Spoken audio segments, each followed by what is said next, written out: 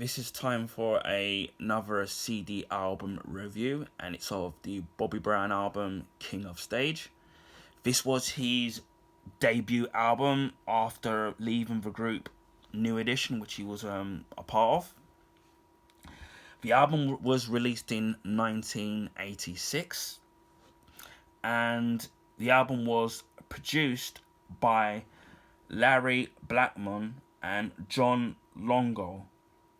Now, if the name Larry Blackmon sounds familiar, he was the lead singer in the 80s group called Cameo.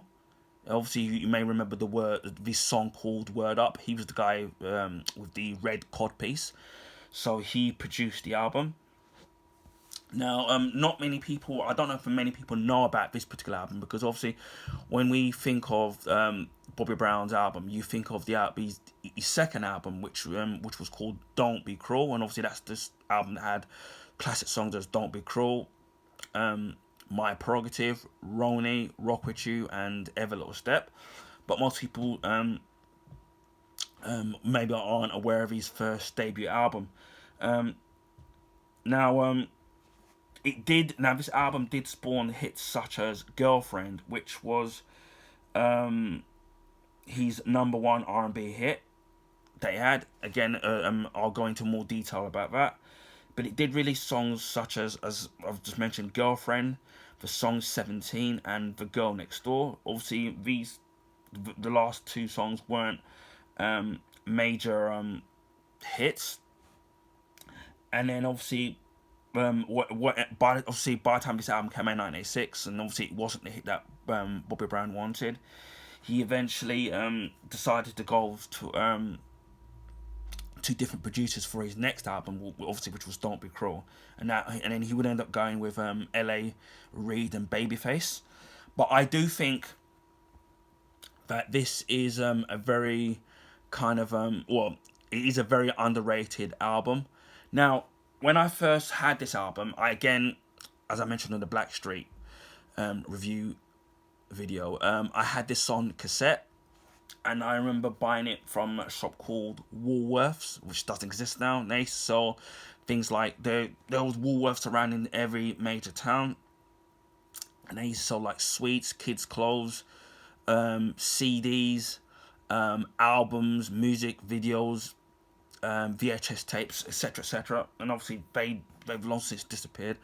So I remember buying King of the Stage, but the funny thing was, I remember buying. I had Don't Be Cruel first, which obviously was his second album, and then I didn't know that, and I thought Don't Be Cruel was his first album, which I didn't even know about.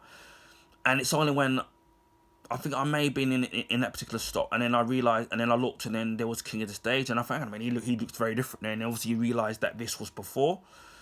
As I said before, although it wasn't kind of a major hit, this album wasn't a major hit until his next album, and that's where Bobby Brown really kind of took off, obviously, with Don't Be Cruel. I still think this is a underrated album. This does have 9 tracks on here.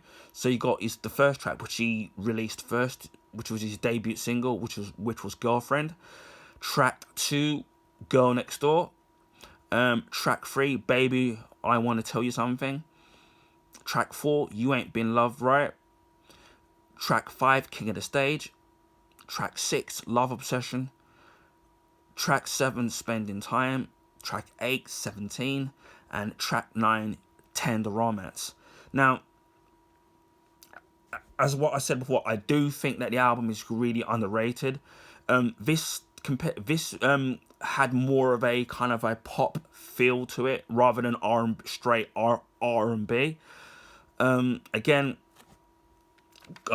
growing up listening to this album growing up as a teenager, I actually loved the album. Obviously, Don't Be Cruel, admittedly, it was the better album, the better produced album when it comes to the hits, and with that one being straight R&B. But I think that this album doesn't kind of get the credit that it kind of deserves. It's a really good album. I mean, you can see like Bobby Brown's talents, not just with his singing, but even with the other stuff on the album, you can definitely with this with some of the tracks where you can see where a lot of these because I know that obviously that with New Edition, obviously they were more of a pop bubblegum group, but from the documentaries I've seen of Bobby Brown and what his influences were, you can with this particular album you can clearly tell that there's a mixture of the pop feel of the New Edition, but then you kind of get that rap. There's that rap influence that you can see in the album as well, and on the particular tracks. Now, I'll give an example. When you listen to track 3, "Baby I Want to Tell You Something," obviously that song is basically a pop stroke R&B kind of a track.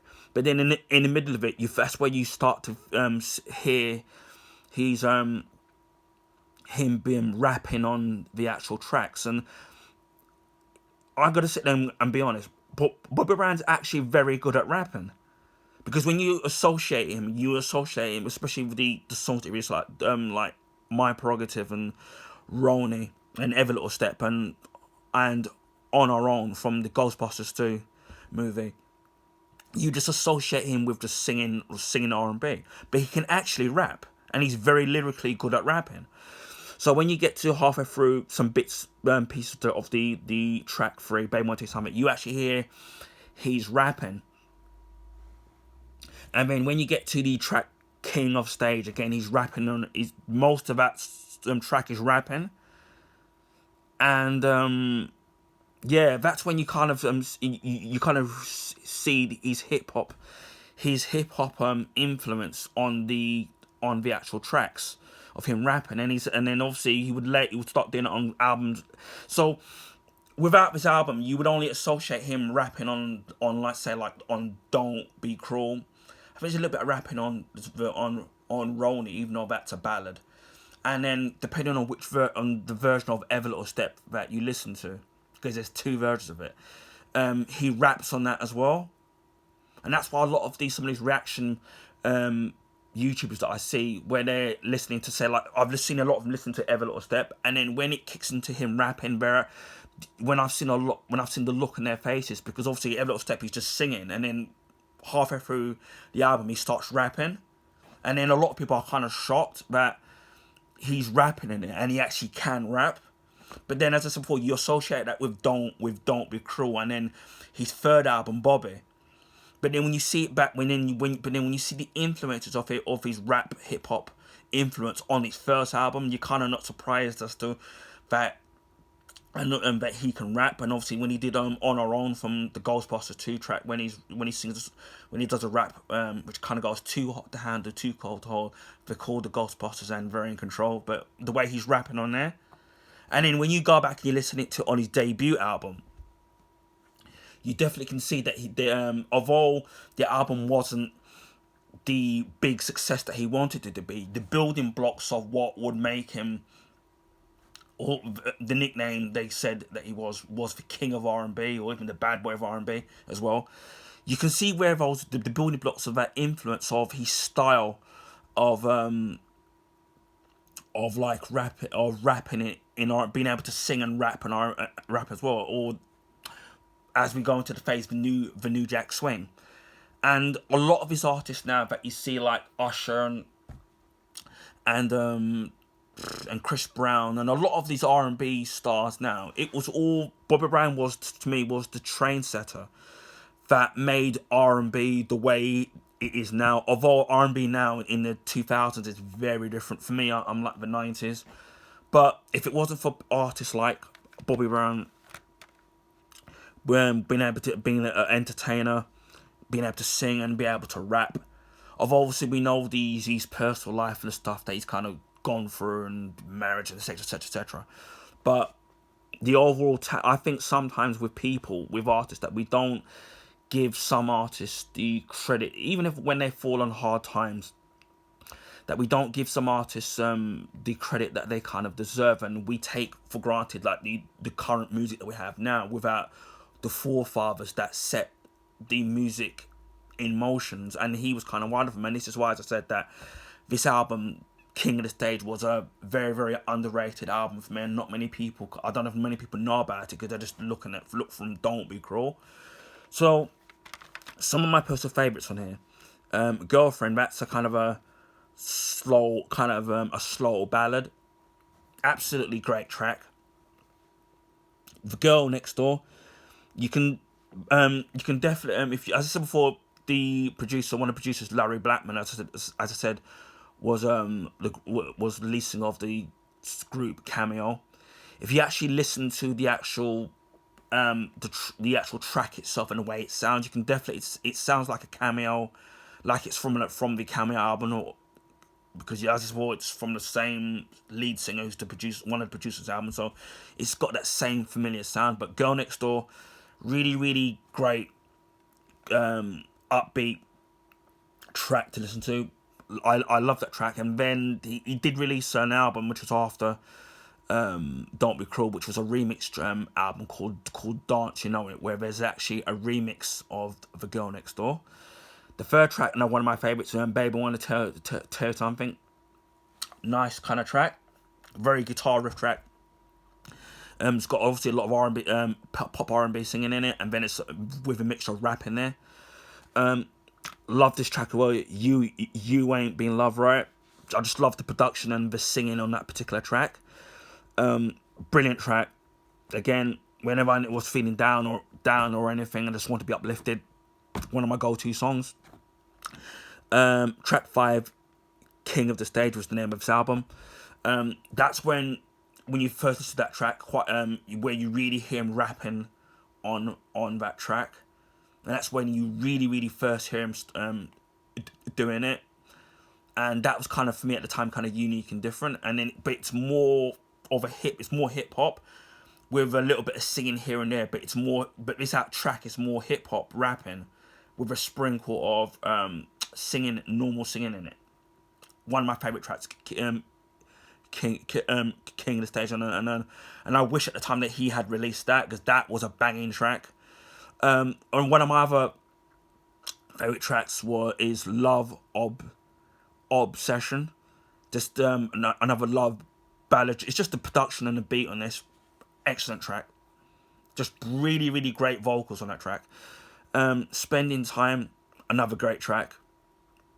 It's kind of a slow ballad. Again, if you have a partner or a girlfriend, it's a great track to listen to. Even if you don't, brilliant track. 17, one of my favourite tracks. When I first heard that particular track, I heard the remix of it first on his Dance You Know It album. So when I eventually got King of the Stage, that was the first time I've heard the original. That was the original version of it. 17, a very fantastic song. Again, and then track 9, Your Tender Romance, great track, great production on it as well. Again, as I said, I've tried to say my favourites, but if I'm going to be honest, all the tracks in there are pretty much my favourites. Now, I'm looking on Apple, on the Apple Music, and there is another version of this album now. If I'm trying to look, so we'll look here. I'm doing this on the fly here. Yeah, there is a expanded version of it.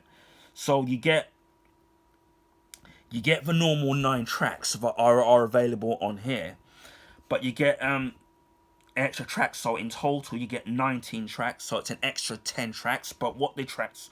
So it's called King of the Stage Expanded Edition. I don't know if you can buy that physically, but on, say, Apple Music, and I would guess Spotify or any music streaming service, you should be able to find it.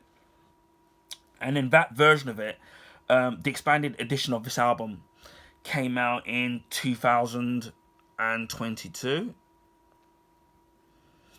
And then, so from track 10, you get Girlfriend, the instrumental version of it. You get track 11, Girl Next Door Extended Edition. You get track 12, Girl Next Door radio edit. Track 13, Girl Next Door instrumental. Track 14, Girl Next Door a cappella. Track 15, Girl Next Door bonus beats. Track 16, King of the Stage extended version. I've listened to that on Apple Music, and the extended version of it is actually great because it adds a extended song, as it says in there, but it's got this great riff in it. Excellent track. You got 17 extended club version. That version of it, great. You got track 18, 17 instrumental, and you got track 19, 17 bonus beats. And the actual bonus beats are right. It's just basically the drum version of 17, but without the singer. But it's just the drums. Absolutely great. So I would say that if you can get or you can find the expanded edition, definitely get that or listen to that version of it. But you get, obviously, as I said, these 9 tracks on the expanded edition, plus a further extra 10 bonus tracks in there, which are just remixes of some of these songs. But yeah, absolutely recommend this album. Again, you've got the original CD. Obviously, that's a bit broken there. And then you've got the inlay there, which says who produced the albums and who mixed it, and etc, etc. But this is what I miss, because you find out some of the vocal background singers and the production and where it was done, and I miss that. I miss being able to read. I miss reading about how the particular tracks and the album was produced and who did what. Which you don't really get on these streaming things, really, unless you start digging around on the internet. But yeah, this is Bobby Brown, King of the Stage, his debut album. Again, as I said, wasn't a big hit at the time, but I do think it's a very underrated album. I would love to sit there and play samples of each of the tracks, but again, I can't because because of the YouTube copyright. But you can easily find the songs, as I said before, on Apple Music or Spotify or even on YouTube. You can easily find this if you want to listen to the tracks that are your heart content. So yeah, hope people kind of really liked this video. Otherwise, I'll do a lot more.